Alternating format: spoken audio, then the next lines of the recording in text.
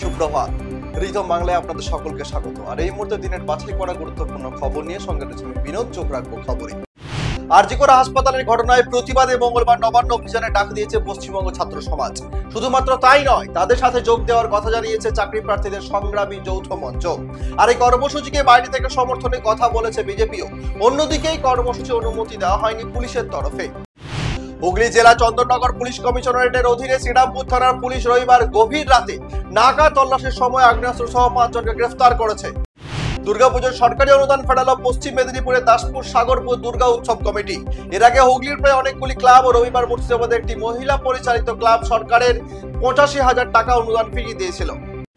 জন্মাষ্টমীতে কাঠামো পুজোর মধ্য দিয়ে শারদোৎসবের সূচনা হলো বেলুড় মঠে। সোমবার জন্মাষ্টমীর দিন বেলুড় মঠে দেবী দুর্গার কাঠামো পুজো হয়। আর এই কাঠামো পুজোর মধ্য দিয়ে শারদোৎসবের সূচনা হলো বেলুড় মঠে। যাত্রীদের অতিরিক্ত ভিড় হ্রাস করতে আগামী 28 আগস্ট থেকে 6 সেপ্টেম্বর পর্যন্ত উভয় দিক থেকে দুটি ট্রিপের জন্য এক জোড়া সাপ্তাহিক স্পেশাল ট্রেন নাম্বার 05671 এবং 05672 গুয়াহাটি আনন্দ বিহার টার্মিনাল গুয়াহাটির পরিষেবা অব্যাহত রাখার সিদ্ধান্ত গ্রহণ করেছেন উত্তর পূর্ব সীমান্ত রেল কর্তৃপক্ষ। দিল্লিতে ঘুমিয়ে থাকা ফুটপাতবাসীদের পিষে দিল বেপরোয়া ট্রাক। ট্রাকের চাকায় পিষ্ট হয়ে প্রাণ হারালেন 3 জন, গুরুতর আহত 2 জন। কালী মন্দিরে মূর্তি ভাঙার ঘটনাকে কেন্দ্র করে অশান্তি চরম আকার নিল সেখানে। ঘটনার পরে 12টি বাড়িতে আগুন লাগিয়ে দেওয়ার অভিযোগ উঠেছে দুষ্কৃতীদের বিরুদ্ধে। একাধিক গাড়ি পুড়িয়ে দেওয়া হয়েছে বলে অভিযোগ। ঘটনাটি ঘটেছে ত্রিপুরা আগরতলার কাছেই রানীবাজার এলাকায়। পদ্ম শিবিরে যোগ দিচ্ছেন ঝাড়খণ্ডের প্রাক্তন মুখ্যমন্ত্রী চম্পাই সোরেন। শুক্রবার রাঁচিতে আনুষ্ঠানিকভাবে পদ্ম শিবিরে যোগ দেবেন তিনি। সোমবার রাতে এমনই দাবি করলেন বিজেপি নেতা হিমন্ত বিশ্ব শর্মা। জম্মু ও কাশ্মীর বিধানসভা নির্বাচন 2024-এর জন্য বিজেপি তাদের প্রার্থীদের তালিকা প্রকাশ করেছে। 3 দফায় জম্মু ও কাশ্মীরে নির্বাচন হবে। বিধানসভা নির্বাচনের জন্য সোমবার 44 জন প্রার্থীর প্রথম তালিকা প্রকাশ করেছে বিজেপি। চোখ রাখবো আবহাওয়ার খবরে। হাওয়া অফিস সূত্রে খবর, গাঙ্গেয় পশ্চিমবঙ্গ, উত্তর ওড়িশা এবং ঝাড়খণ্ডের উপর দিয়ে পশ্চিম এবং উত্তর পশ্চিম দিকে এগোচ্ছে নিম্নচাপ অঞ্চল। তার জেরে বৃষ্টি হচ্ছে দক্ষিণবঙ্গে। মঙ্গলবারও বৃষ্টির সম্ভাবনা রয়েছে।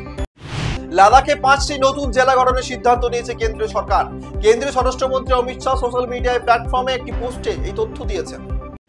প্রবল বৃষ্টির জেরে সোমবারও বন্ধ ছিল বদ্রীনাথ জাতীয় সড়ক। বিগত কয়েকদিন ধরে নন্দপ্রয়াগের কাছে বন্ধ রয়েছে এই রাস্তা, যার জেরে তীব্র যানজটের সৃষ্টি হচ্ছে। সমস্যায় পড়তে হচ্ছে স্থানীয় বাসিন্দাদের। বন্ধ বদ্রীনাথ জাতীয় সড়ক। দিল্লির বাংলাদেশ হাই কমিশন এবং কলকাতা ডেপুটি হাই কমিশন থেকে 2 কূটনীতিক যথাক্রমে শাবান মাহমুদ ও রঞ্জন সেনকে দায়িত্ব থেকে অব্যাহতি দিয়ে বাংলাদেশে ফিরে আসতে বলা হয়েছে। অ্যানফিল্ডে রবিবার ইংলিশ প্রিমিয়ার লিগে ব্রেন্টফোর্ডের বিরুদ্ধে ম্যাচটি 2-0 গোলে জিতল লিভারপুল।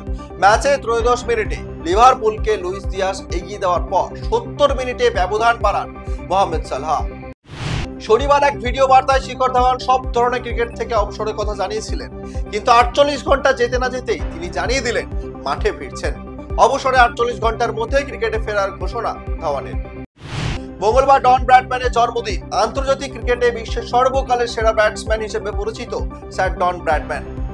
20 বছরের বেশি তিনি অস্ট্রেলিয়ার হয়ে আন্তর্জাতিক ক্রিকেটকে শাসন করেছেন।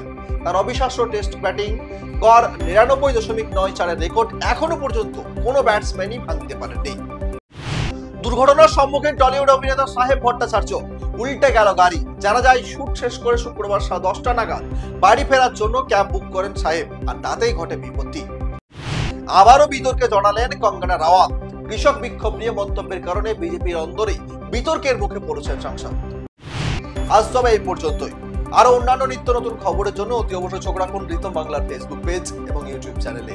আর হ্যাঁ, অতি অবশ্যই গুগল প্লে স্টোরে গিয়ে ডাউনলোড করুন রিতম অ্যাপ।